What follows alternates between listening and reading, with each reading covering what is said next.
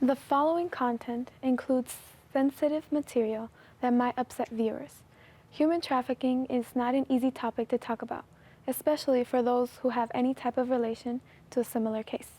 Viewer discretion is advised.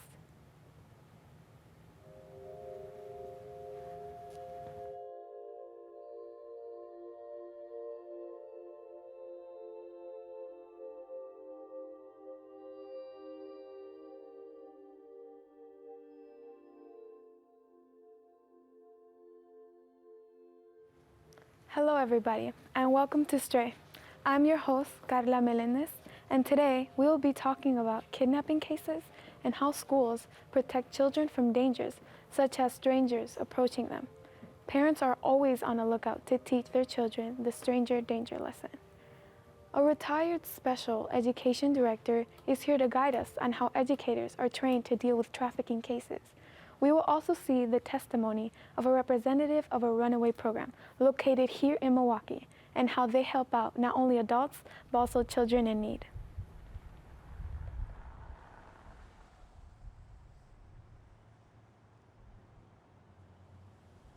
Trauma can be deceived in a lot of different ways. Most of the cases are by bullying, being targets, abuse, and rejection by loved ones. In a city like Milwaukee, there are many openings to potential cases of someone going missing. But how can we really tell? How can we be aware of this? Websites such as Missing Persons are where people can see the open cases of multiple missing person reports. My name is Therese Kwiatkowski, and I am a retired director of special education. I've worked in southeastern Wisconsin for almost 30 years in both special education and student services arenas. In the state of Wisconsin, all school districts are required to have a health curriculum. That's required by our Wisconsin Department of Public Instruction. And that health curriculum, while the requirement is delivered by the state to have that curriculum, local school districts can decide what kind of curriculum and what kind of instructional methods they want to use to deliver that instruction. So in all school districts, they do have a health curriculum, kindergarten through 12th grade. In the kindergarten arena, early grades, first grade, second grade, we'd have that stranger danger teaching to kind of educate children around strangers, how to respond to strangers, good touching, bad touching, those types of things. And then we move toward high school, the other extreme, and that's where the curriculum obviously gets a little bit more involved in more sensitive subjects, including abduction of children, trafficking of young adults, prostitution, those kinds of things, not only teaching what it is, but also some safety practices and how to respond if you're in those kinds of situations. Schools are always looking for new ways to keep improving their security to establish a solid system of protection. These efforts can help to avoid cases of missing children or being kidnapped by someone that they believe to be known as family or friend of the family. In Wisconsin, all educators in Wisconsin that are licensed through the Department of Public Instruction are identified by the state as what's known as a mandatory reporter. In other words, if they suspect any kind of abuse of a child or potential trafficking of a child or a significant risk, educators are mandatory reporters, meaning they need to report to Child Protective Services and the bigger systems, the police office or law enforcement system, but more importantly, Child Protective Services, of their suspicions. That being said, so that requirement is in place about being a mandatory reporter. But in addition to that, the state of Wisconsin Department of Public Instruction also requires all educators to complete some online trainings that they offer through the state around child abuse and mandatory reporting. So every educator is required annually to complete this online training that covers, first of all, understanding what abuse is, how to recognize abuse, what are some risk factors, and then most importantly, what to do when we believe abuse exists, how to access those systems out there beyond school districts. Parents trust that schools will protect their children with protection policies while they're away at work. However, not all parents are concerned about what might happen while they're gone, since they may be the cause of abuse. Kids sometimes do not have the feeling of being comfortable with some teachers. So if a child comes to a teacher or a principal or anybody within the system and shares those concerns, the typical first response would be to access the student services team in a public school. So every school in the state of Wisconsin has this student services team, and that team is made up of school counselors, school social workers, psychologists, nurses, and their primary role in a school district is to ensure the health and safety of both students, staff, and families. So that division of student services works with all three of those groups. So in a situation where a child would report to a teacher, most teachers would know, or teachers should know, to go to their student services team and share that concern, because that's their role in the district, is to navigate and provide that emotional safety. The student services staff would most likely then get involved with a child, speak with the child, talk to them, possibly investigate a little bit more depending on how that investigation unfolds. But ultimately, in situations where there's an immediate concern that a child's unsafe at school, it's important for the system to access those greater systems that are actually trained in navigating those issues. Schools, that's where child protective services and law enforcement is critical. As a school counselor or a school teacher, if you think a child is at risk, it's not your job or role to save that child. It's your job to give that child the support that they need to access those resources that are really trained professionals in that area. And then getting those systems involved. Those systems work very closely with schools. Many schools in our area have school resource officers. They're wonderful at helping, that immediate response, providing that immediate safety network for that child, but then also collaborating long-term to kind of work through whatever issues evolve, and then bringing that child into a safe situation, returning them to that safe situation. It isn't always the case that parents truly care for their children. Teachers tend to notice really quickly when there is something wrong with the child. That's when the school report comes into play. Abuse can be different for everyone, and not everyone will stay and wait for help.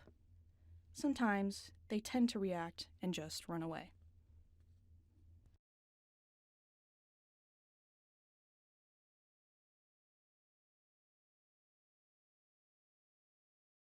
My name is Ridger Rahan, and I'm the Director of Volunteers and AmeriCorps programs at Walker's Point Youth and Family Center.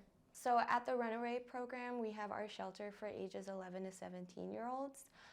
We are a voluntary facility, so that means it's really important that the youth come through and want to be at the shelter. We are not a punishment, and we are a shelter and a safe space for youth that want to come to the shelter. So we offer up to 2 weeks for the youth to stay at the shelter if they are experiencing any unsafe situations at home, or if they need shelter because they're economically homeless.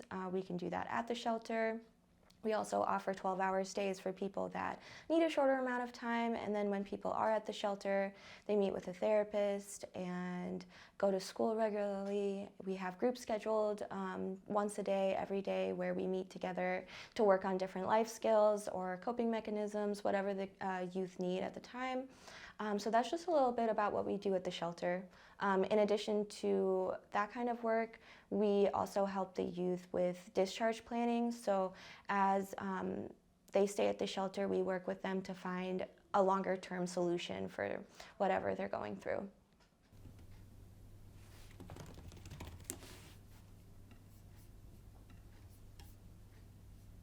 Yeah, there's a lot of different ways we try to help the youth meet their needs. Of course, the first need would be shelter that we're helping connect them with. So as they're staying at the shelter, we also assess other needs that they have so that we can help them move on from the shelter and find permanent housing. So a lot of the youth need help with mental health help. So that's one need we try to address while they're at the shelter. We have several therapists that are able to meet with the youth so that the youth can be able to process whatever they've been going through. So that's a need that we know is really a priority for us when working with all youth. No matter what they're going through, we want them to be able to see a therapist while they're here at the shelter, just to get that process started. Luckily, with accepting youth into the shelter, there aren't as many risks, but I can see potential factors that might be obstacles for them.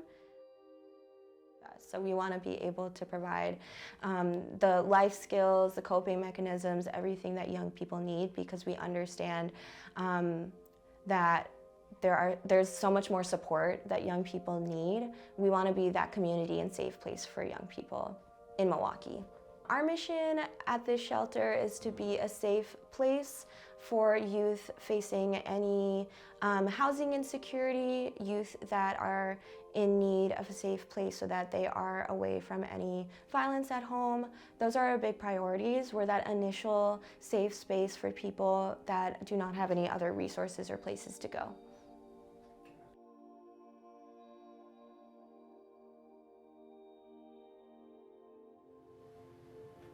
A direct quote from the Wisconsin Department of Public Instruction stated, "This often happens for the purpose of sexual exploitation or forced labor.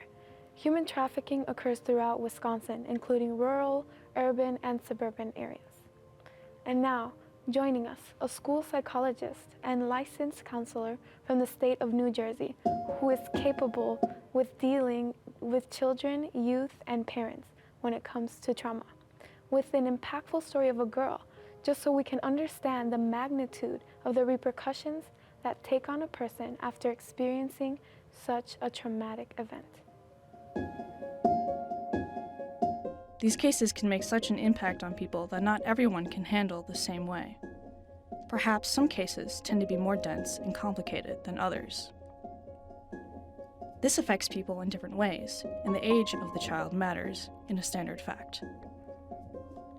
For cases like this, there are people that are prepared and trained to deal with such delicate situations. Children spend a majority of their day actually more in school than at home with their parents. So schools have an integral part to play in, monitoring children, make sure children stay safe. When I get involved is if the first group of professionals that have contact with the children are obviously the school teachers. They are trained not just in teaching subjects, but also in child development. They know what's age-appropriate kinds of behaviors for their group of students, regardless of, determined based on the grade level that they're at.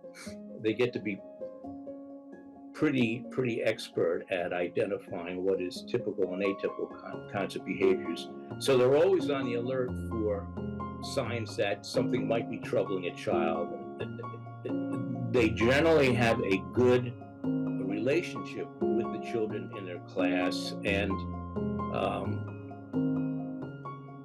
may be approached by the child to share concerns that the child might have. Or they might see disturbing behaviors. As I said, they're pretty skilled in this, and they also receive training on a regular basis.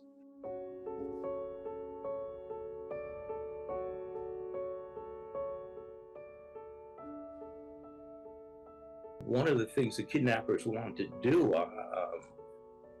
would be to keep them from interacting in schools.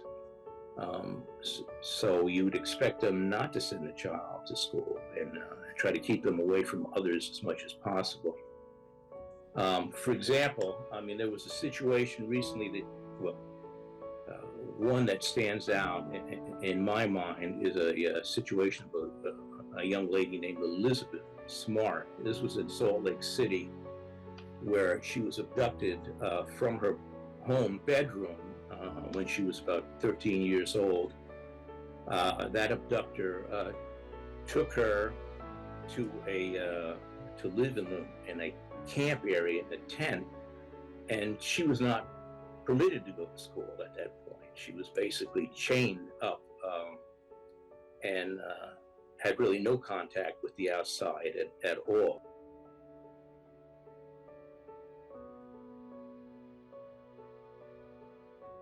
She was held hostage for 9 months, actually.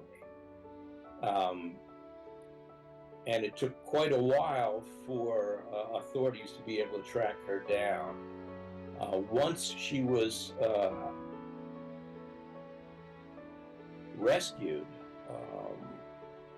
she would have then gone immediately to a medical facility for a complete medical assessment to make sure she was in, that her health was okay. And at that, and then shortly after that, she would be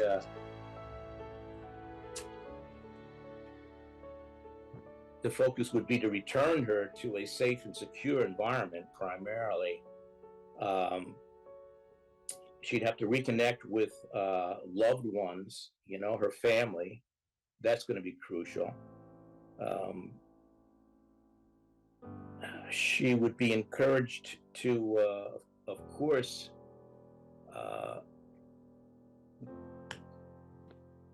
establish a relationship with a psychologist, therapist, psychiatrist. She might need a period of time in an inpatient situation. And family would have to receive information regarding what resources are available in the community. You do everything possible that you could to make her feel comfortable and help her readjust. I mean, it's a horribly traumatizing situation for a child to be kidnapped. They feel overwhelming different emotions, anxiety, depression, guilt, certainly a sense of helplessness. It even impacts their memory, you know, and of course they're going to be angry at that situation and sometimes direct that anger inward, blaming themselves somehow that they were to blame for this happening. But children are very resilient, and if given a lot of support and care and love, they would be expected to bounce back from that kind of a terrible experience. The one thing she said when she was released was that she felt very embarrassed about what had happened, because she had been sexually molested pretty regularly when she was captured. She knew that you know, engaging in sexual activity was absolutely wrong. That was something that she had been trained by her parents that this is not something that you do until you're married. And so she had to deal with shame and embarrassment associated with that. But she said that she never gave up hope, because she knew that she had been loved deeply by her family. And she always felt confident that she would eventually be returned to them. And that kept her spirit alive.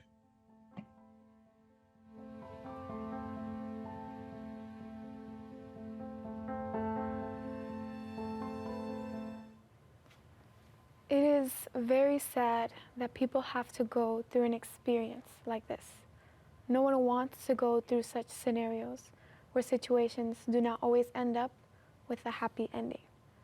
Being a citizen in Milwaukee can be intense on a general standard, given the fact that the city tends to be overwhelming. Everyone is minding their own business, and people tend not to care what can be happening around them.